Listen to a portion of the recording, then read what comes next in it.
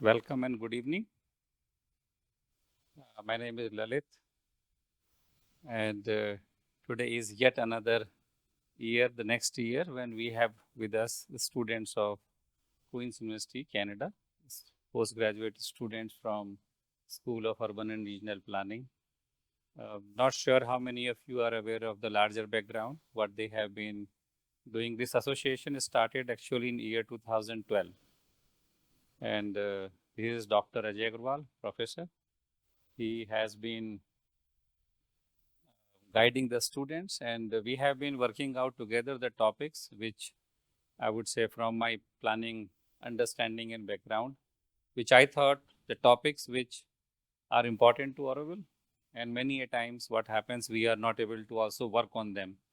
Our planning capacities, ability to work on them, or the manpower focus.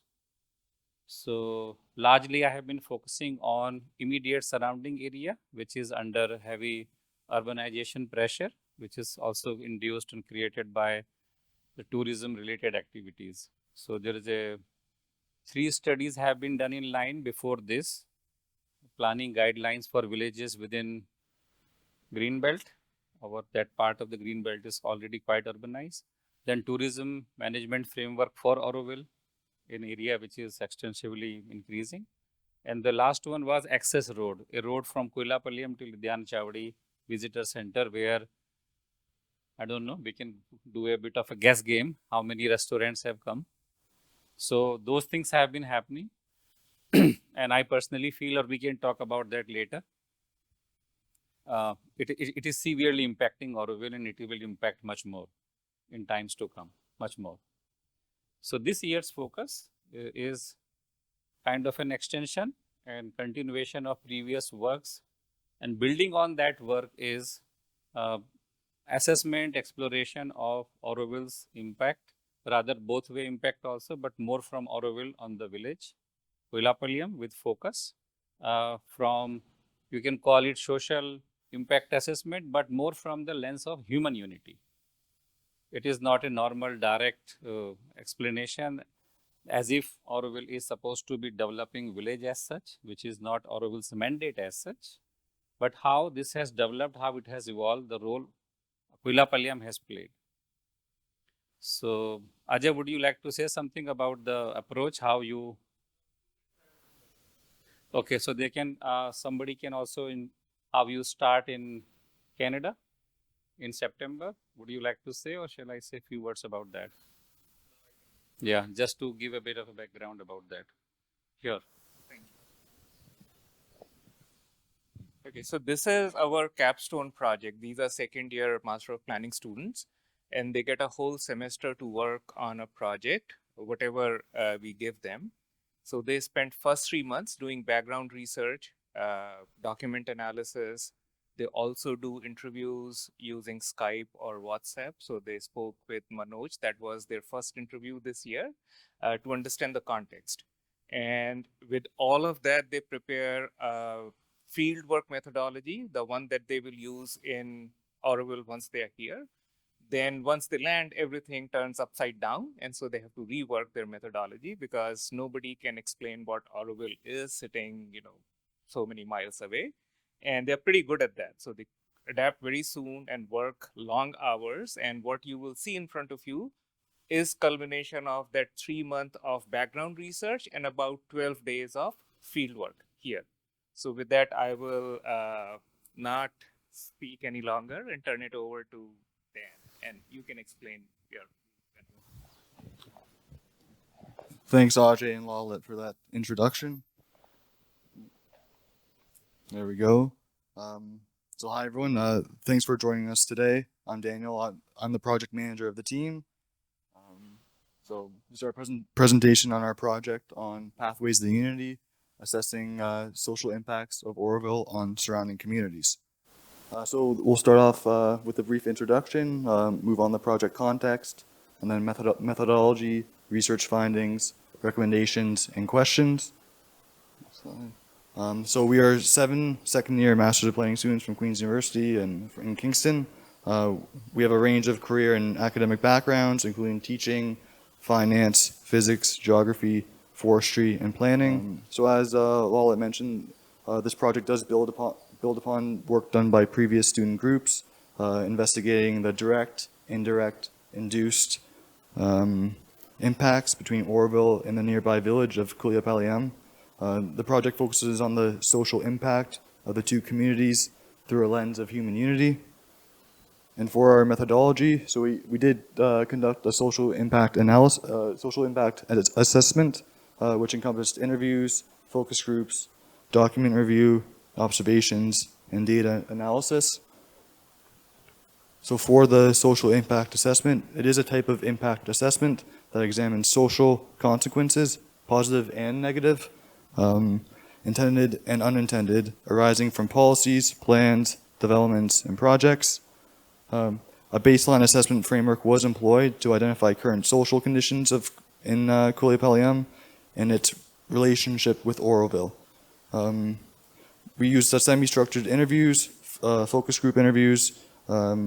Those were the primary data collection methods used for this project. So with our research, we have operationalized the data by identifying 4 key pillars. So the first is economics.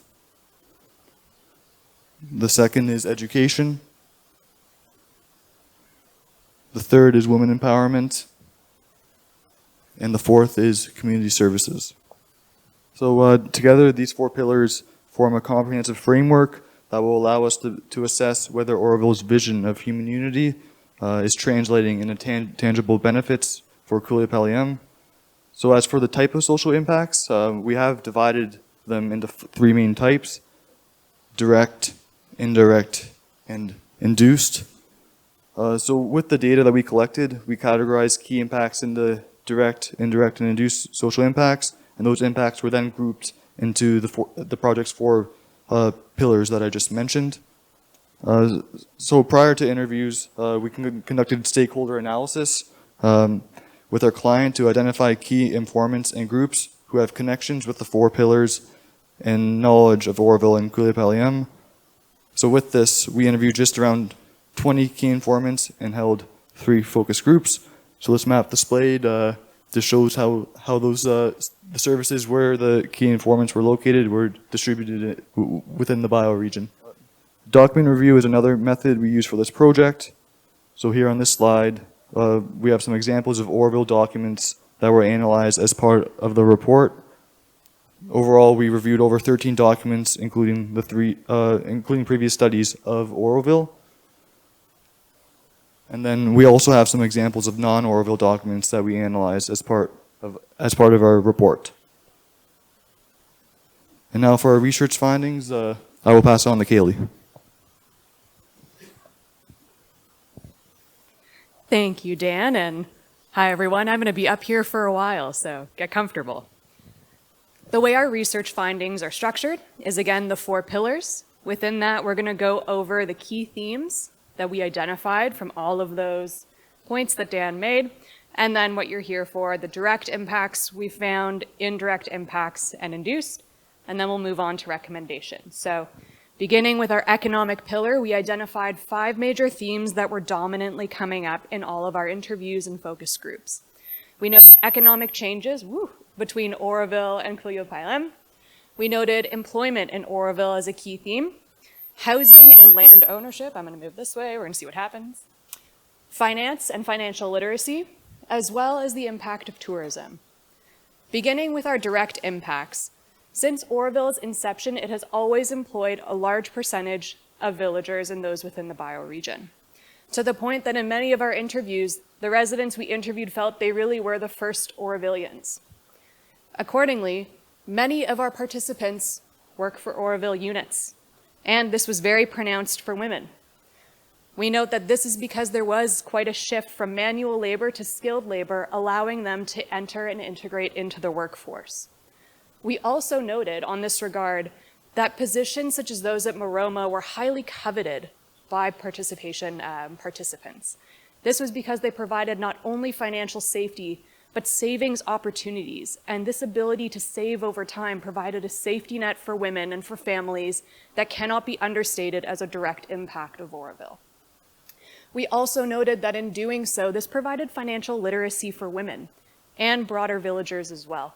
This was conducted through agencies such as the Auroville Village Action Group, which you might hear me refer to as AVAG, just to make my life easier, who hosted workshops and groups that allowed women to understand the impacts of taking out loans. What did debt mean, and did that benefit their families positively or negatively, and how could they manage that financial obligation? Indirectly, we have the following findings. Household incomes have risen, and as a result, so has the economic and literacy positions of residents. We also find that several participants noted that despite having these benefits, there was quite a loss of a sense of community. This point, we do have to clarify, is not specific to Auroville or the region. This is the rise of technology and cell phone usage that we feel is breaking families apart. Accordingly, housing prices, because of the economic success of the area, they have risen, which has priced out many village residents from the area, allowing them, or my apologies, not allowing them to participate in the benefits of land ownership and the economies of scale that come with tourism. Finally, for our induced impacts, we note that the dominance of English in the area has had trickle-down effects, improving economic opportunities for residents who know English. We do note that despite the economic opportunities that have come from this, there is that corresponding negative effect in the housing market, and there isn't enough understanding of how that market works to educate residents at this time on the benefits of holding land. We move now to the second pillar of our analysis, which is education. 5 themes were identified in this pillar. Again, we're on the second pillar, there are 4.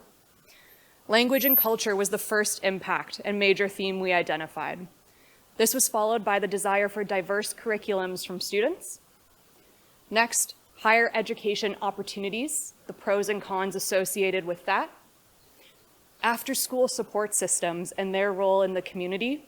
And finally, the desire and demand for lifelong learning. Beginning with our direct impacts again, we find that outreach schools and programming by Auroville have a positive effect on the community.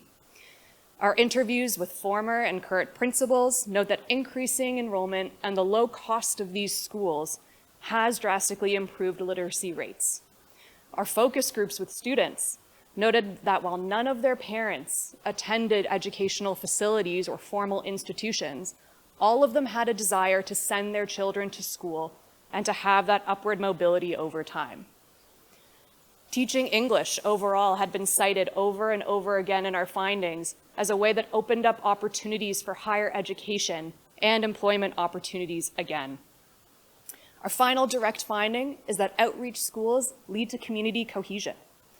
Again, our students time and time again told us that not only mixed curriculum, but mixed classes between Aurovillians and non-Aurovillians reduced caste discrimination. This cannot be stated enough as a direct impact that needs to be continued.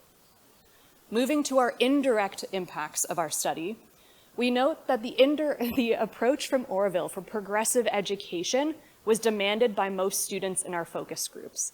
There was a desire to pursue this kind of education style that extends beyond the classroom and facilitates growth in non-academic settings such as the arts. Whether or not students just don't want to do homework is up to be discovered. We also note that indirect impacts is that access to education is fundamentally shifting cultural norms and the norms within families. Again, students have a desire to be educated. Families have a desire to see children educated, and this is viewed as a sense of pride in families, and particularly so for women. Finally, our induced findings for education. Despite the interviews showing a really positive light of Auroville and its impacts, our findings note that time and time again, there is a misalignment between the education attained by students and job opportunities in the bioregion. This means that those students want to come back, invest in their communities, and live in Auroville. There are not enough jobs for this skilled labor to return. To our third pillar of community service, we identified 4 major themes: nutrition, the benefit of sports and recreation, mental health, and rehabilitation services. We begin our direct impacts by noting that there are many wonderful Auroville organizations that support these 4 themes and should continue doing so in the future, as all our interviews and focus groups noted that they were either directly utilized or benefited their communities. As previously mentioned, Auroville does run groups that already approach all of these pillars. They have alcoholism programs, mental health supports for men, and programs for women, all of which uplift communities. Our interview findings note that schools have also played a new role in providing critical nutrition to students, teaching them the value of food in a different way that has directly impacted their ability to focus in school and attain higher education. Beyond this, recreational programs and sports directly impact the well-being of communities, bridging gender gaps and fostering equality and increasing self-confidence. What we also found in our interviews is programming, as such done in basketball, allows students to pursue higher education through scholarships, reducing tuition fees, which makes it more accessible to village residents. While this is a less academic focus, it still provides students with educational opportunities that allow them to move up and uplift their community. The findings also revealed an indirect need for further healthcare supports in the area. Facilities run by Auroville take the dominant place for healthcare facilities and dental facilities as quicker and faster access facilities. And doing so allows residents to reduce sick days who cannot attain conventional services.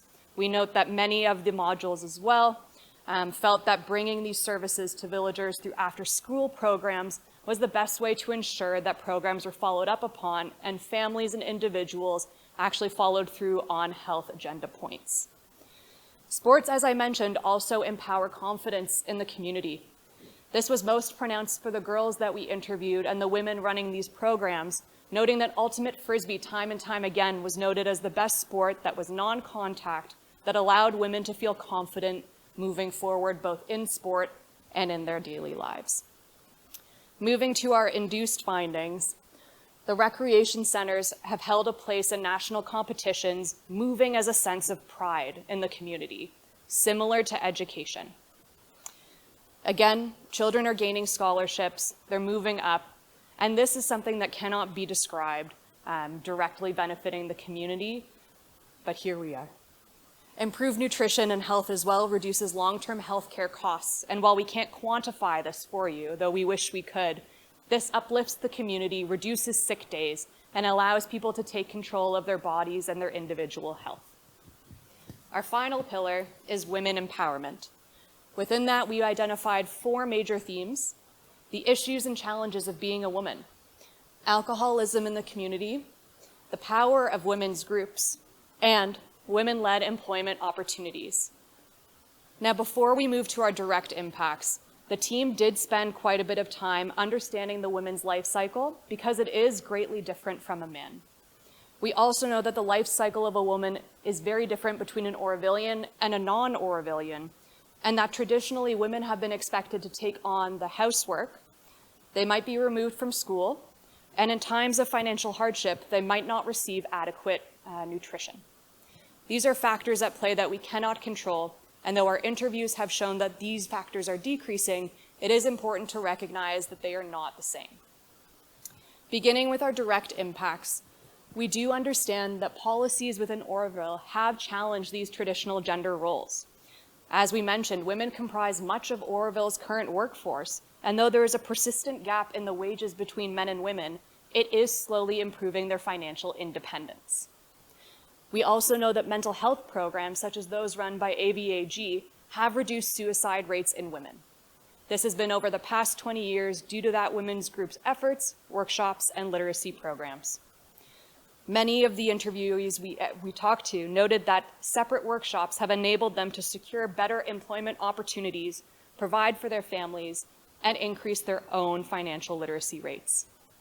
However, our work has revealed that cultural norms are still at play that restrict the movement of women in many villages through transportation, which can affect their ability to utilize these workshops, after-school programs, and build vital social connections that reduce community cohesion. For our indirect findings, We know that social programs have tried to overcome these barriers by providing critical avenues for women to connect, to feel empowered, and to be educated. This also brings up another point that came up in our interviews, that domestic violence is still prevalent. Providing these safe spaces empowers women and also provides them an outlet where they don't have to see the side effects of alcoholism or mental health.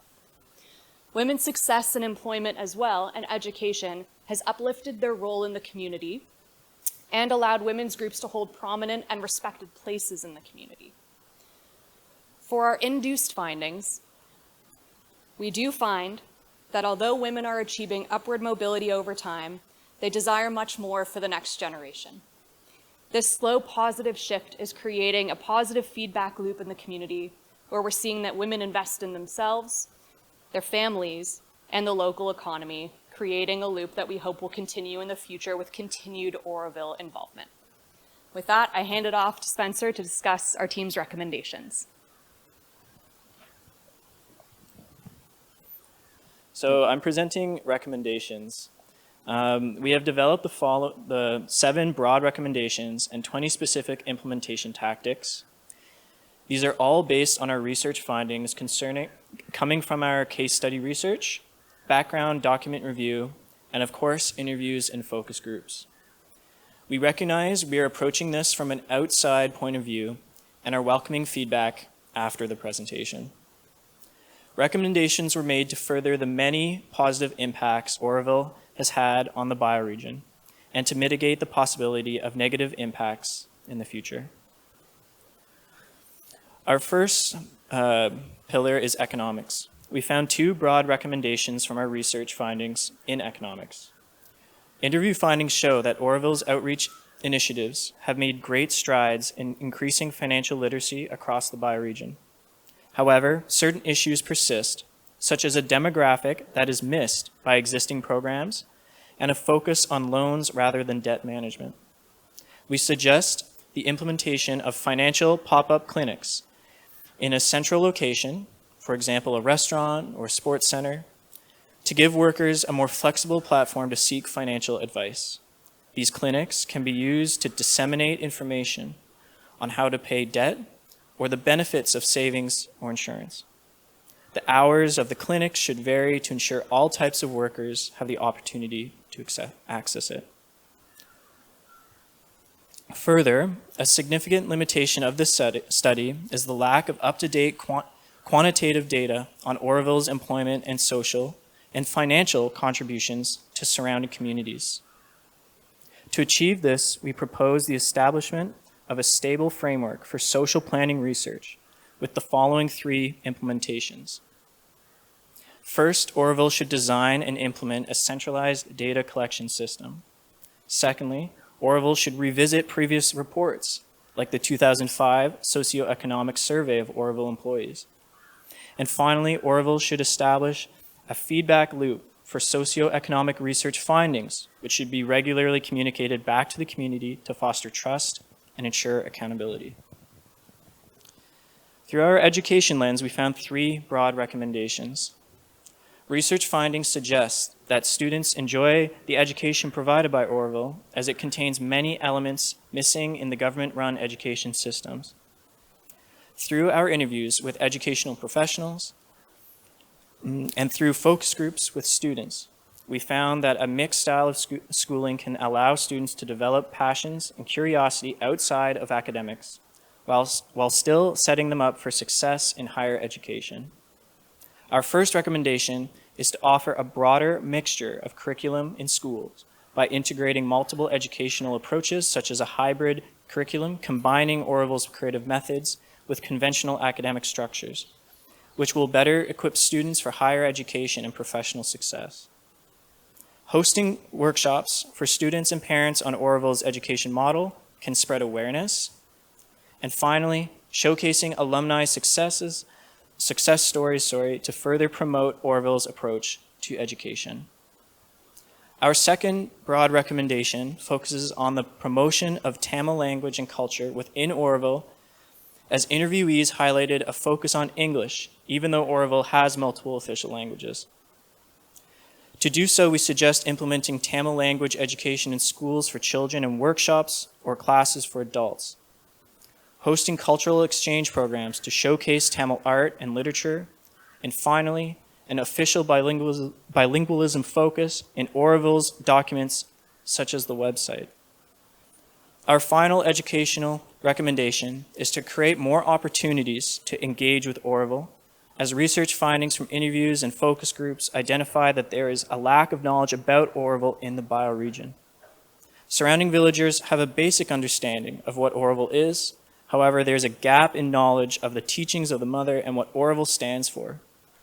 To address this, we suggest establishing satellite knowledge centers, such as libraries, organizing community information sessions within the bioregion for the surrounding communities, which can help to introduce children and families to Auroville's philosophy and projects. Next slide. We have one broad recommendation under our community services pillar. Through extensive conversations with youth and adults working with them, we found that the expansion of inclusive sports programming for all age groups presents a significant opportunity to promote social cohesion, physical health, and emotional well-being across Auroville and its neighboring villages.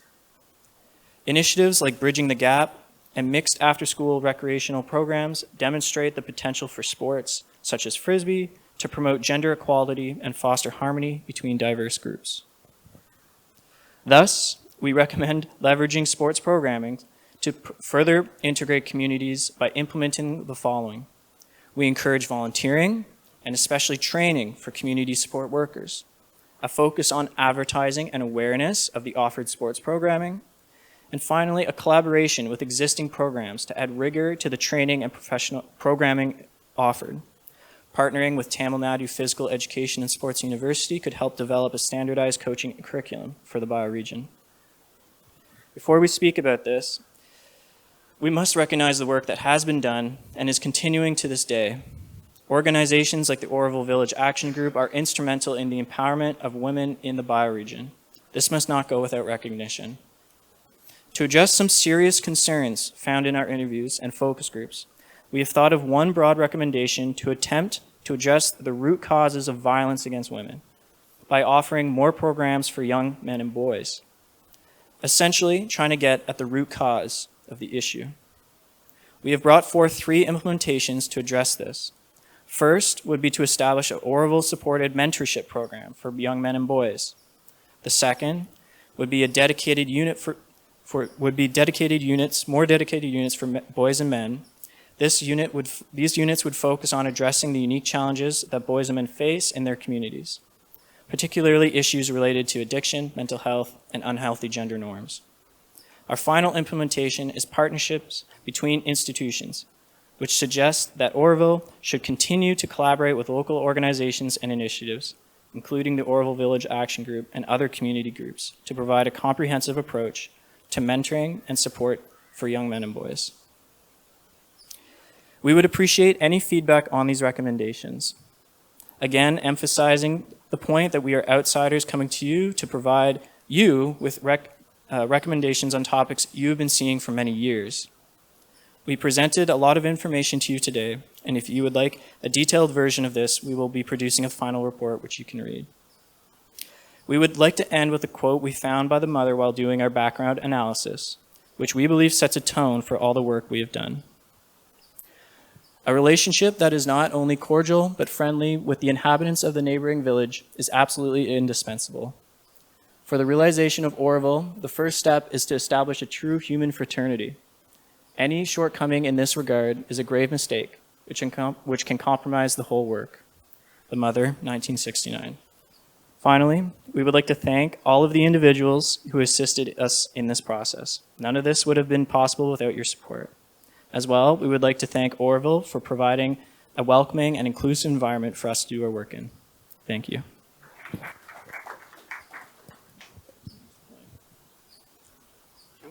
Thank you very much for your contribution. So, yeah, I would like to thank the group for taking up this work study and giving their contribution. On a larger note, what I feel I see it as a very beautiful extension, natural extension. I see Auroville as a learning society. And Mother also said many things. Some of them are like all the problems of the world will be there in Auroville.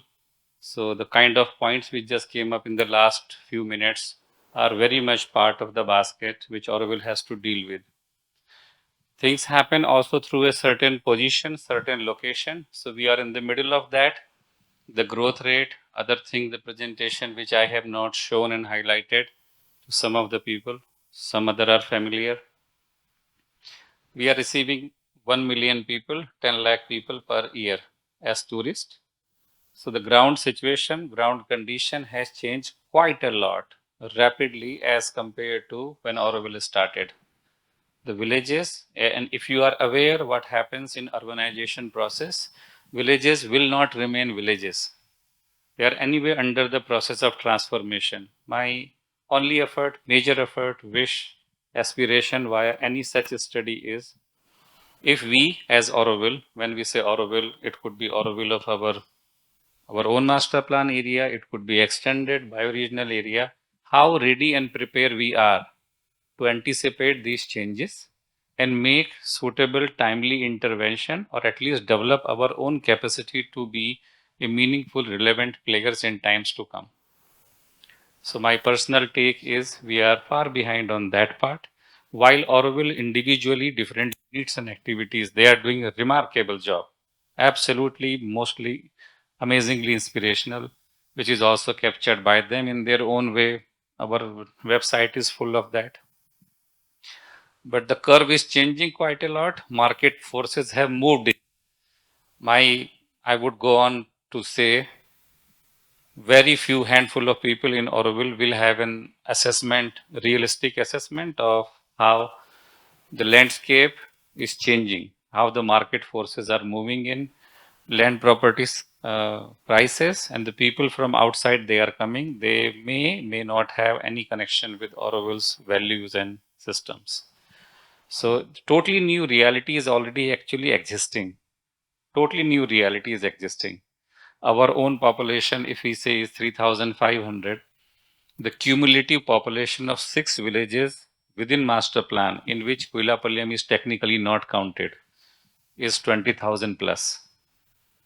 Many other things. So we are lagging behind even to capture the realistic data and assessment to be able to make, I would say, meaningful progress, policies, intervention, which is required. We need another level and type of skill and capacity to work further.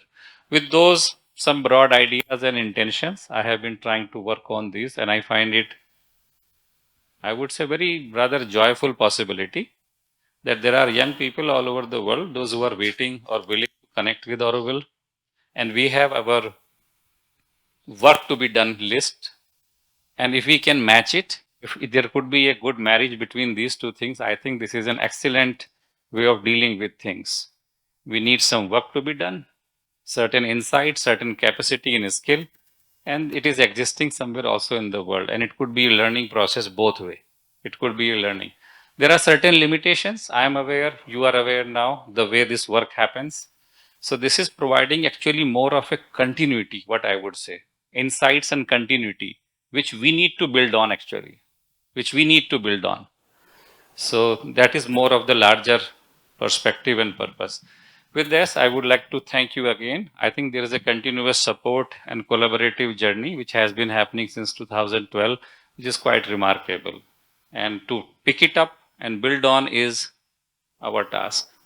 So I think the ball is in our court, but they have been assisting and helping in a great way. Thank you very much, Dr. Rajay Agarwal, as well as all the students and all of you, those who were part of these studies in one way or another, as well as, yeah, came here today.